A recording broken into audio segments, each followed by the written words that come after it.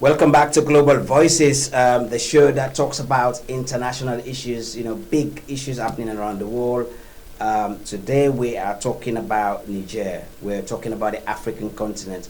We're talking about conflict. We are also talking about what does this mean for Africa. We've been looking at it from the regional perspective.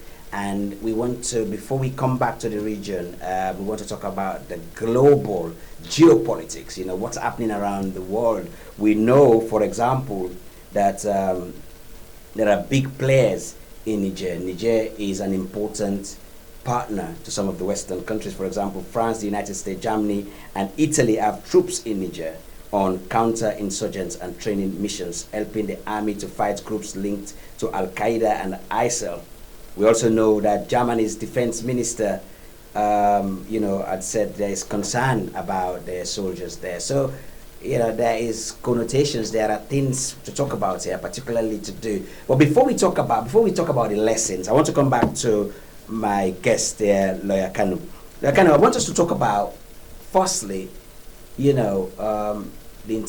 West, their interest in Niger. We know, some of criticize the West that they're only interested in going to places where they're interested, where they're getting money from. But they might argue that they're partners. They're already there. They're there, for example, to fight ISIL. They're there to train. What do you think? Do you think the West has a role in Africa? Can they have their base there? Can they get involved? We also know that there is a very, very powerful link between Africa and France and Africa and the United Kingdom. In Sierra Leone, for example, when we had the war, Tony Blair played a very big role in terms of when we had the turbulence in Sierra Leone. So before I get to learning lessons, because I really want us, this show is also about learning lessons around the globe, and it's important that we talk about what we can learn from these countries in terms of stability. But I want to talk about geopolitics. I want to talk about their interests. I want to talk about foreign policy, America's foreign policy, but also particularly France, there in Niger. Do they have a role there? Can they be there? What's your analysis? What's your take? Well, the French package in Africa, they are taking France, the history is not favorable at the moment. And talking about moral authority, they are not in the best position right now because their image, as I've said, is damaged. They are operating on negative goodwill. What do you mean? What do you mean negative goodwill? Yeah, because what have they done? I mean, they would argue, the French would argue that they're there. The British would argue they're there because they've been called to come. We have the Commonwealth, for example, in the British way, and the French will say, well, there's always been a link between us and the African countries. They're not here at the moment. But what do you mean when you say they have a negative goodwill already? What does that their mean? image started there is destroyed because of their involvement in these countries, the leadership, the change of leadership, and this military, like in Chad, one of the poorest countries in Africa. Yeah. They are the one determining the presidents, who should be there, who should not be there, who should they overthrown. This is a problem the French presently have in Africa. And when you talk let's go to, because the economic aspect of it is very linked. It's linked, and you cannot put it in isolation. The economies of this country, despite their mineral resources, apart from the North Africans or the Arabs, the way you talk about sub-Saharan Africans, even though with the mineral resources, and we're in charge of these mineral resources, it is not the West of the European Union. And you talk about the military, their own military personnel. What are they protecting? What are they doing there? They will say, okay, yes, we are here because of the problem in the Sahel. There are terrorists, ISIS, and other things. But this is a self-created problem by NATO themselves, the removal of Gaddafi. All those weapons, we saw them coming down the Sahel, destabilize Mali, the Malian, through the Azwad, and the other military or terrorists groups. Yeah. And the French have been there, NATO have been there, other military personnel, including the Americans, which is part of NATO as well. But there's no improvement in the security aspect in that region. Because I don't want to talk about the rumors.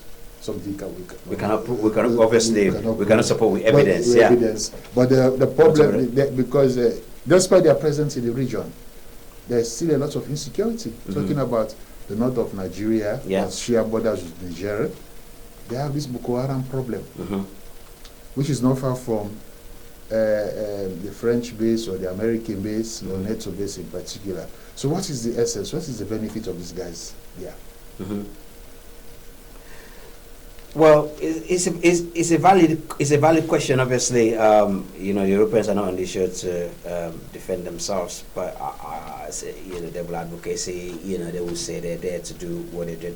Let's move on the debate a little bit. I want us to talk about Europe. I want to talk about two aspects. You know, Europe or global. I want to look at America as well. Firstly, let's talk about blocks. You know, like the ECOWAS. I want us to just talk about the EU, for example, and NATO. You know, we know NATO, for example, you know, is a breed because there was turbulence in Europe and then NATO came in. What can we learn from groups like NATO, if there's any? Do you think they're relevant? We know countries are now joining NATO, for example, since what happened in Russia, and there are countries trying to join NATO for security. Do you think these blocs have a role? These blocs have a role in defending their interests, their own interests. So Africa or West Africa should not rely on them. Can we learn anything from them? That we have ECOWAS, for example? Definitely, we can learn from them how to patronize each other, how they are patronizing each other, defending each other's interests. That's what we can learn from them. That at the end of the day, your responsibility is to take care of your citizens. Yes. Their welfare is #1 priority. That's what they are doing. That's what they are showing to us. Because all these resources that are having from the region is to take them to Europe or in some place where they can process them and manufacture them for the benefit of their own economies. So at the end of the day, they are protecting their own national interests, not the interests of Africans or sub-Saharan Africans for that matter, especially West Africans. So we can learn from them that we have to prioritize our own interests, not try to destroy our economies or create instability within our countries. Because now, like for example, the instability they created in Libya is affecting us, all of us today. It's affecting Africans crossing the Mediterranean. When Gaddafi was there, that was tamed. But now it's a free-for-all. And we're seeing people are dying every day in the ocean. Up to the UK, the Channel, the British Channel, say to France. Up to last week, people are dying there. So these things have ripple effects. So we have to learn from them that, look, we have to own up. I'm not trying to say we are not responsible for our demise. We're playing a major role because we are the one, our leaders here are the one being corrupt. And if because of the corruption, we cannot provide the basic needs. Because to be honest with you, if an African leader or a bloc in Africa say, look, in 10 years or 5 years, we want to eradicate hunger. Or want to eradicate malaria, or want to eradicate, let me say, childbirth or pregnancy. You made that decision, and you are honest about it. The West can't come and say no to you, because this is a policy you won election on, and IMF cannot come and say no to you, because you are thinking about the well-being of your citizens. So how can they come? Because it depends to us again how serious we are. Because most of our leaders are going for short-term infrastructure projects, because that's the easy way to loot embezzle money.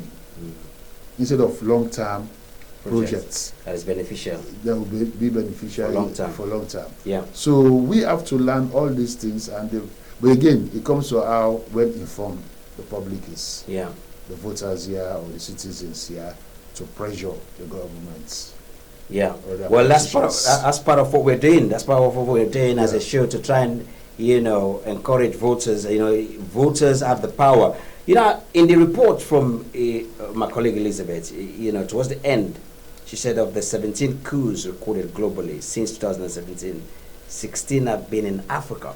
So Africa has a very, very difficult problem when it comes to coups. Yeah. What can we learn in terms of, still on the theme of the international and global war, what can we learn? We know, for example, in America, there was I don't know how you can call it as a political analyst, or what you can say what happened when the elections were not accepted normally in the Western world. You see seamless elections, oppositions, because the reason I'm bringing this is the institutions are very important. The question is, why are countries in the West, particularly in Western Europe, they have stability, they've had stability, and I think, economists might differ in different areas, but by and large, that longevity of political stability brings not only peace but economic development. How have the West got it right?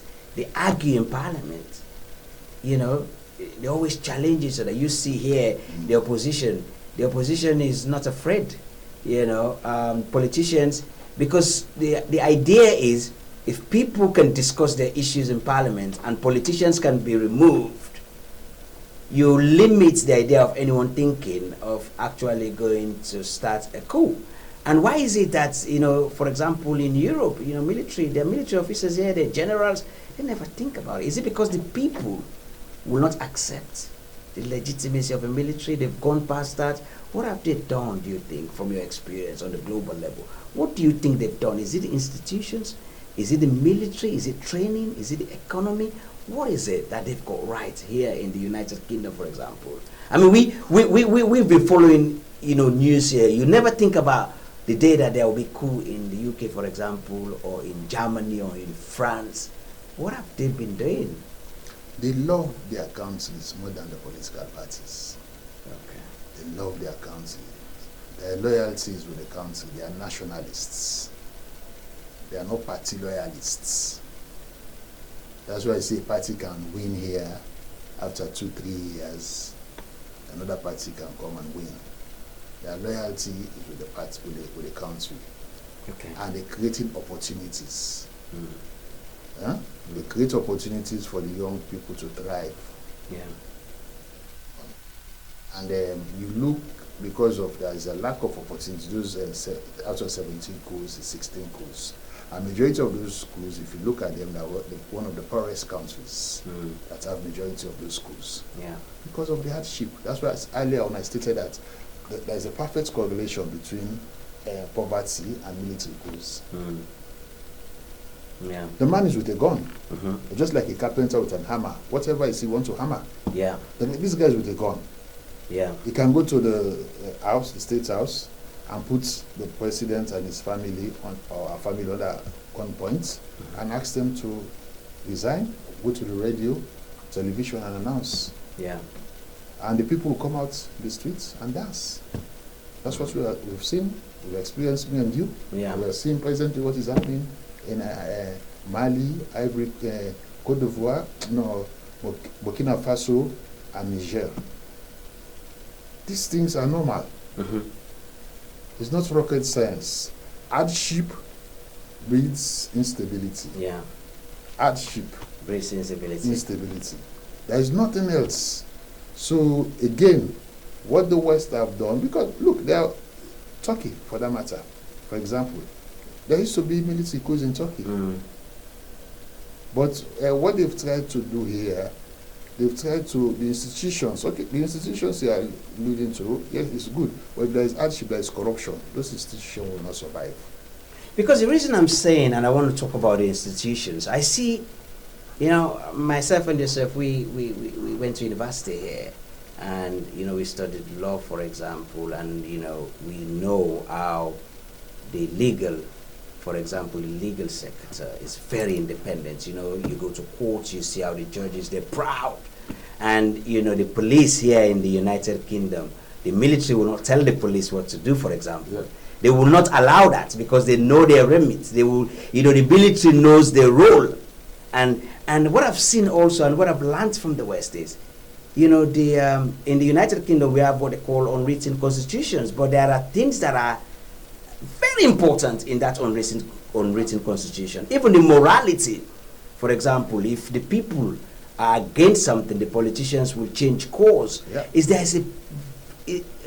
There's a balance.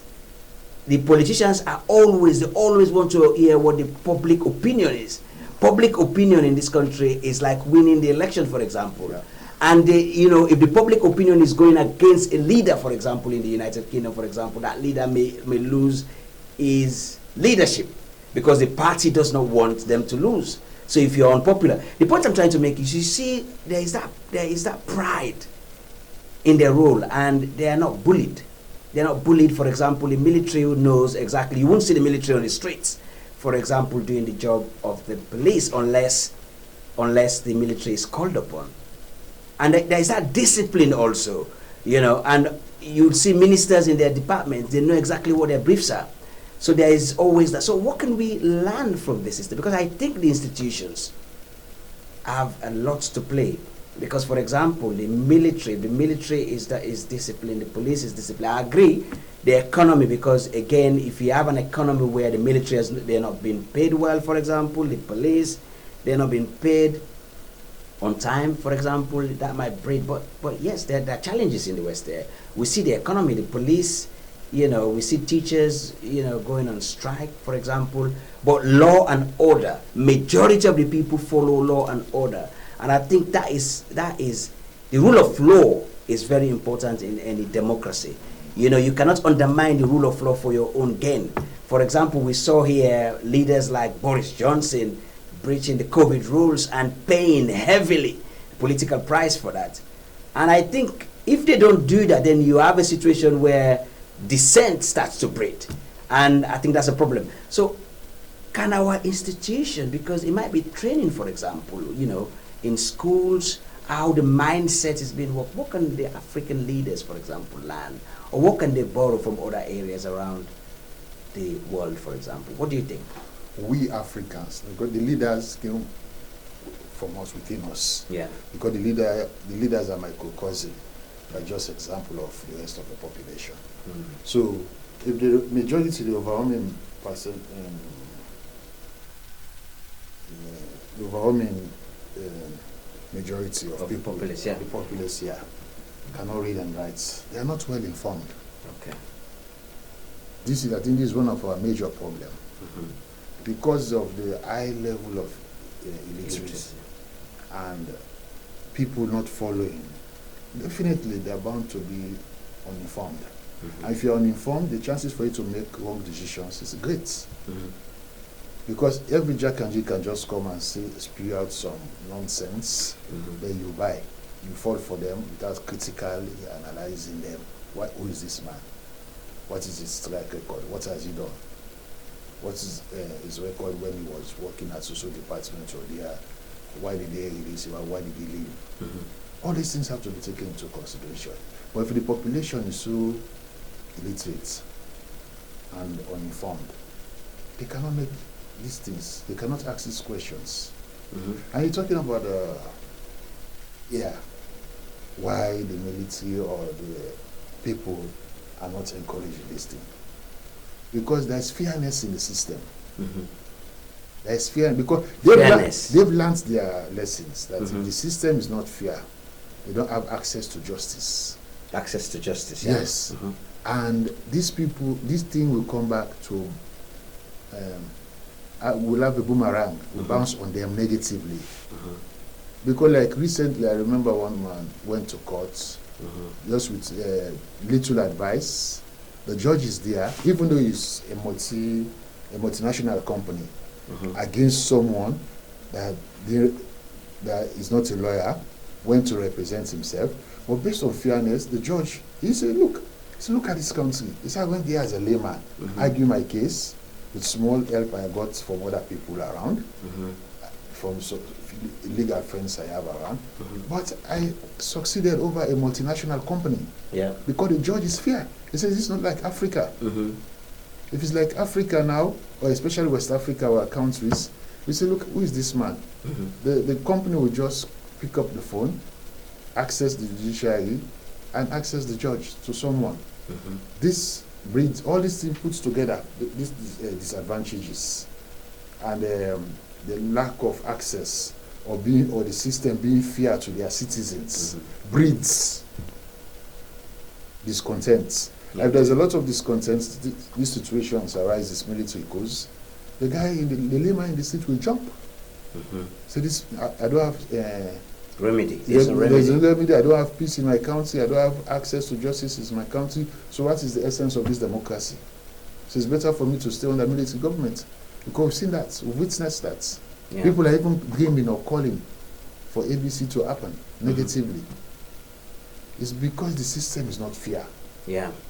We don't care about the masses. We are governed. We only care. The leaders. The leaders only care about their own well-being, rather than the well-being of their population, the people they govern over. So there is a major problem in terms of education. Yeah. Education is the biggest equalizer here. Because with education, you can find your way out. You can be well informed, have access to everything, but the population is highly illiterate, and the few literate people are cashing on them, selfish, because they know they cannot hold them to account. Yeah. All the institutions, the few institutions, they are under their control. Okay. So you're watching the Global Voices here at our studio in London, on our platforms on channel 33, ayvnews.com, on Facebook. Stay tuned. This is the platform where we talk about the big issues and issues affecting diaspora, affecting the geopolitical issues. For example, in the United Kingdom, in France, around the world, we draw analysis, we bring issues, and then we contrast them. We're going to be rounding up this show, this particular episode. Before we round up, we'll give you the opportunity. What do you think? What do you project? We've seen the African continent making progress. In Sierra Leone, for example. I mean, I was born in Sierra Leone. I know Sierra Leone, and I think we've made progress in terms of political movement. The institutions are building up slowly. We've had elections. The statistics are there. Now there are economic challenges in the whole of Africa. It's a lot of problems. The world at large. The world at large. In the United Kingdom, we know there's a lot of problems here in terms of the economy. COVID came. We have problems. There's always problems. Yeah. But human nature, and Sierra Leoneans are very resilient, and we are people that we know hardship, we know adversity. What do you think is happening obviously, we know there are challenges happening in Niger. We're talking about the coup there. What do you project? What do you think is going to happen? Is democracy taking a back foot in West Africa? Do you think we can move forward? And instances happening in Niger, for example, in Guinea, is just a pause in the system to rectify certain things, and then we'll move to democracy. And what will be your last word to young people looking at this program? What's the future? What are they looking at? What's their future? Is there anything in the horizon for young people? Well, I'll put it down to bring it down to the governance of people, the political leaders, because at the end of the day, they are the ones that are going to be subjected to these coups being overthrown. For you to stay long in power, or for you to have stability in the country, you have to hit it home and away. Tell our leaders, our political leaders, say, look, this is after 63 years, 64 years, 67 years of independence. We have to own up, start owning up. We know our problems. The politicians, they know. They know they are the one looting these economies. They know that if they do something that is not in the interest of the country, will affect the people. They know. They are aware. So we are our leaders here, to be honest with you, they are our problems. We want to blame the West But again, let's own up. Let's try to own up. We've been in power, governing ourselves after 60 years. We cannot feed ourselves. The basic necessities of life are not there. How many people can eat 2 times or 3 times proper meal in Sierra Leone? Let's bring this down to our country. Okay, Sierra Leone, Guinea, and Liberia. A fertile ground. These 3 countries, after 64 years of independence, apart from Liberia. So, I'm calling on the politicians here to be really, really honest with their populace. Yeah. We've been there before the rebel war. We know how we suffered. Access to education was virtually non-in-existence before the rebel war, even in 1988. Every rainy season, like the school I attended, every rainy season, the roof is flying. And kids, we have to put chairs and tables in our head. This was before the rebel war. So the hardship has been there. Up to date, people are suffering. They want stability in that country. They need the politicians. You and the other guys, as you the businessmen that are corrupting, you are sending your kids outside to study. To come and rule who? The people you've subjected to frustration, how do they will? And some of them will go and join the military. Some of them will join the military because the military, let me say, is another deposit for other set of frustrated people again. And those people going to that military think what? They will come and make you have peace? No. The future, yes, we want to say democracy, but if we have a problem, the color of the cat is no matter. Whether it's a black cat, a white cat, it doesn't matter. The most important thing is catches a mouse. Huh? If you can catch the rat, it's okay. So a military government or civilian government, the one that can make the people comfortable, that's the government that people will settle for. So a civilian government can be authoritarian like a military government. So our democracy, again, that's what I'm saying, like my country, Sierra Leone. The president of the day, after serving his 2 terms, President Bio, let him don't bother to change that constitution. Even those people that are advising. But the president does not ever say he wants. No, this is just an advice. I'm talking advice, okay. So as a Sierra Leonean, someone that has fought for Sierra Leone during the rebel war, he knows how painful it is to where we are now. Yeah.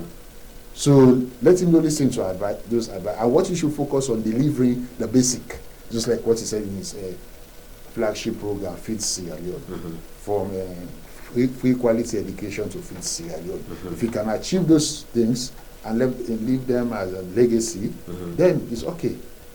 So again, come down to the basics. The leaders, or my leader here in Sierra Leone, focus, or the government should be, try to deliver the basics for the people.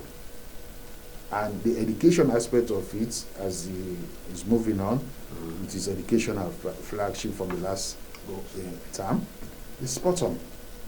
Because one way or the other, I'm a beneficiary of the free education. Because without free education, I would not have been here talking to you at primary school. Although there was challenges in the primary school I went to, but because it was free, I managed to proceed to secondary school where I have a better education. But the free education aspect of it is 100% spot on. That's the next 10, 20 years, Sierra Leoneans, the population, the young guys coming up will be grateful to him. And again, the institution of this full self-sufficiency will help in that direction, which will reduce hunger and starvation, and will engage our youthful population, because that's agriculture and other aspects of it. So I'm really, for me, to be honest with you, is the government that is delivering for the long term and the short term. I'm a Democrat. I believe in democracy. I don't like military coups. But if the civilian government cannot deliver for its citizens, it's as crude or as evil as a military government. Okay. So there you had it. A Democrat saying it does really come down to politicians to make sure that they don't give that void. You're watching Global Voices with me, Alfie Jallo, from our studio here in London. We are broadcasting on Channel 33, ayvnews.com, and on our Facebook platforms. You know, we've got many other platforms, so keep following us. It's been fascinating, you know, having you in the studio talking about this. For me, these are very important issues. We've talked about access to justice, and I think it's very important that we, you know, when they say the rule of law, it's about the rule of law is one of the cornerstone of democracy, because if people have grievance, they need to have where to go, and they have to trust that institution. And then that's where we talked about institutions. Institutions have to be respected, and the pride of those institutions and the leaders of these institutions must understand. And that's what I see here in the United Kingdom, for example. You know, leaders come and go, but the institutions are there. You know, if you're the head of the police, it doesn't mean that, you know, you will go and there's someone else, because there's an hierarchy there. There are people trained. The economy, we also talked about the economy here, which is very important, because if people are not, you know, as my learned friend made it very clear, that, you know, there is very strong correlation between, you know, wars in Africa, for example, or disturbances or unrest to the economy. People have something to do. You wake up in the morning, you go to work, you have money. You don't even have time to think about the government, because the economy. And that's why some people say, when the economy is stupid, there's a big problem. Is the economy stupid? The Americans had that depression, and you know, that was one of the things they learned. It's been very, I've learned so much, and so I want to thank you so much. This is where we're going to end this episode of Global Voices. I want to thank my team here and in Sierra Leone for the invaluable work. We will continue to broadcast Global Voices. Stay tuned on our platforms here from London, from Sierra Leone. AYV will continue to bring you all the current affairs and big issues happening around the world. With me, Alpha Jallo from London. This is where we end our show, Global Voices. Stay tuned. Thank you so much. Because it will be you, it will be me, it will be you. Single day, doing everything they possibly can to address the climate.